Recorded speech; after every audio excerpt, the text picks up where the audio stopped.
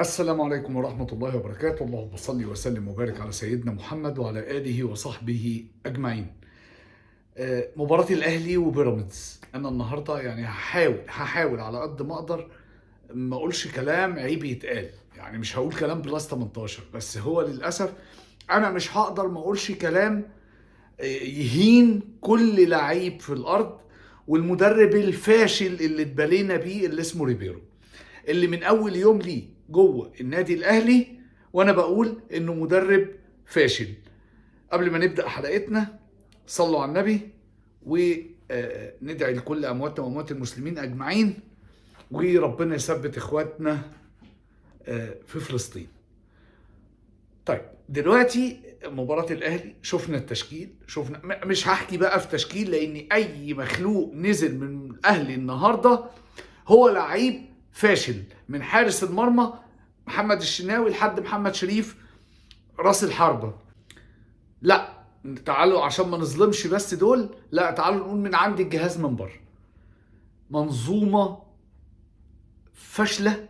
وأول مرة أنا كراجل أهلاوي شفنا كتير قوي ماتشات مش حلوه للاهلي، لكن مش بالطريقه دي، يعني مش بنفس مش بالمستوى ده، مش بالسلبيه دي. لعيبه الاهلي مفيش ولا لعيب عنده استعداد من جواه يعمل حاجه. ما شفتش لعيب اللي هو بيقوم فرقته، ما شفتش لعيب يلا يا جماعه. يعني بعد ما الجون الاولاني دخل من بيراميدز من كريم حافظ، طبعا كوره في العارضه ردت المهاجم سابق اصلا المدافع وحطها تاني، خبطت في العارضه دخل الجون. في محاولات طبعا مع بقى الشناوي في حاله، سامحوني، في حاله كده من الهرجله، حاله مش مفهومه. مش ده الاهلي ولا دول لعيبه الاهلي ولا هم، مجرد اسامي. الاهلي النهارده ما حضرش المباراه، ما حضرش من النادي الاهلي النهارده في مباراه بيراميدز الا الجمهور المحترم، الجمهور اللي رغم كنا مغلوبين واحد، دخل الجون الثاني وكنا مغلوبين اتنين والجمهور بيشجع كاننا كسبانين، لحد ما الجمهور فاض بيه. وكلنا انا واحد من الناس كنت قاعد بتفرج على الماتش وعارف ان الجمهور ده اخر ربع ساعة هتبقى سواد على كل الناس، مش بس بقى ريبيرو، مش بس اللعيبة، محمود الخطيب، الجهاز الفني، مجلس الإدارة، كل الناس وصلونا للعك اللي احنا فيه. رحت جبت احسن لعيبة ومقايدات في الزمالك وي وبتاع، وعملت ماشي فرقه. المفترض اننا كنا متخيلين انها تنزل الدوري ده بتطلع صواريخ، انما اتفاجئنا بصدمات قدام فاركو، قدام بيراميدز، قدام كله قدام المحله. احنا ما عملناش ماتش كويس لغايه دلوقتي، يعني لغايه النهارده ما عملناش ماتش يتقال عليه الاهلي جه. من اول ماتش في الدوري لعبنا خمس ماتش سوري لعبنا اربع ماتشات معانا 5 نقط. مصيبه. من 12 نقطه الاهلي ياخد من اول 4 ماتشات من 12 نقطه ياخد 5 نقط؟ ليه؟ يعني احنا كنا متخيلين ان الاهلي ما فيش حد هيوقفه. الاهلي السنه دي هينزل يدوس على وش الكل، لكن الاهلي سيد اسياد افريقيا مش عارف يضغط، مفيش لعيب عارف يضغط. احنا لا عارفين نضغط هجوميا ولا عارفين نضغط دفاعيا. هجوميا الفرقه اللي قدامك بتطلع بمنتهى السهوله، بتطلع منك بمنتهى السهوله، نقلتين 3 هوب بقوا في نص ملعبك ولا حاجه، بنحلق على الكوره، احنا ما بنضغطش. في المقابل بيراميدز النهارده، عشان ما نخسفش حق بيراميدز، لا، بيراميدز النهارده نازل مذاكرك كويس، عارفك كويس، حافظك كويس، بيلعب على نقط ضعفك، لعبك مباراه ولا احلى من كده. مع ان بيراميدز برضه بدأ الموسم بمستوى زي الزفت، هو النهارده قبلك حط رجله على التراك المظبوط. بيراميدز قدامك على حسابك، يعني بيراميدز رجع للدوري على حسابك. بيراميدز رجع ينافس الزمالك على حسابك، وانت بقى هتطلع بره المنافسه. ريبيرو انا قلت لكم وراجعوا فيديوهاتي، وراجعوا انا عملت شورت فيديو كده بين الشوطين، وقلت بصرف النظر عن نتيجه المباراه، الاهلي خسر، الاهلي كسب، كنا مغلوبين 1، الاهلي خسر، الاهلي كسب، الاهلي تعادل، ريبيرو لازم يروح. ريبيرو من داي 1، واتفرجوا على كل الفيديوهات القديمه اللي ليها علاقه اللي اتكلمت فيها وجبت سيره ريبيرو. قلت ريبيرو مش قد الاهلي، ريبيرو مش هيكمل مع الاهلي ولا حاجه. انا كنت متخيل بالكتير جدا لانه بينقي الاهو، بيكسب ماتش، بيتعادل ماتش، بيتغلب يعني، لكن يتغلب ماتش قدام بيراميدز يرجع الدوري على حسابك، كارثه. لا عارف تضغط ولا عارف زي ما بقول، لا عارف تضغط ولا عارف تدافع. هجوميا مش عارف تضغط، دفاعيا مش عارف تدافع، حارس مرمى على الله ان شاء الله. رغم النهارده الشناوي لا يسأل عن الهدفين، الشناوي النهارده لا يسأل عن الهدفين، ولكن المنظومه الدفاعيه يا جدعان صفر، المنظومه الدفاعيه صفر.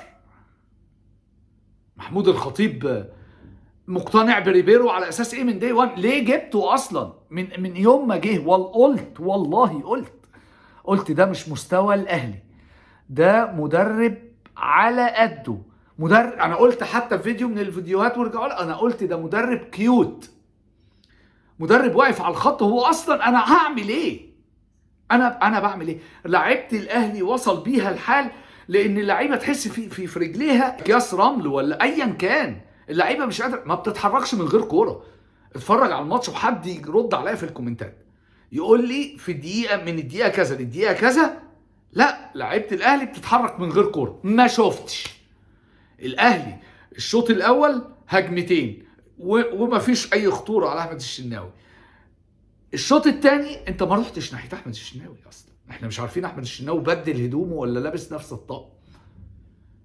احمد الشناوي مش هيروح يغسل هدومه النهارده لانها ما توسختش. فاحنا في مسخره، اللي بيحصل ده مسخره. مجلس اداره النادي الاهلي يا كابتن محمود الخطيب، لو سمحت اصحى بسرعه، لان المدرب ده احنا لو رحنا بيه افريقيا هنتهان.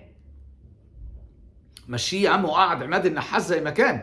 عماد النحاس ما اثرش في حاجه، عماد النحاس جه من الدار للنار، مسك اللعيبه 3 ايام، لعب 6 مباريات، كسب 6 مباريات، خدنا الدوري.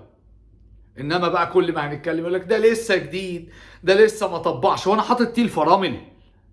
ده مدرب فرقه معاه وحوش، معاه لعيبه بتطلع نار من بقها.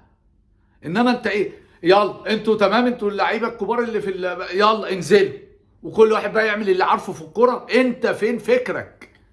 ولا فكر ولا زفت ولا تشكيل ولا تغيير ولا اي حاجه. بيقرا من كتاب، طلع مهاجم نزل مهاجم، طلع مدافع نزل مدافع، طلع باك يمين ينزل باك يمين، طلع باك شمال ينزل باك شمال. ايه ده؟ ايه ليه؟ ما فيش فكر، يعني ما بيحاولش يجود. فزي ما بقول اهو، مباراة وعدت، وعشان الاهلي يلحق نفسه لازم الراجل ده يمشي، وده اللي الجماهير كلها نادت بيه جوه المباراة.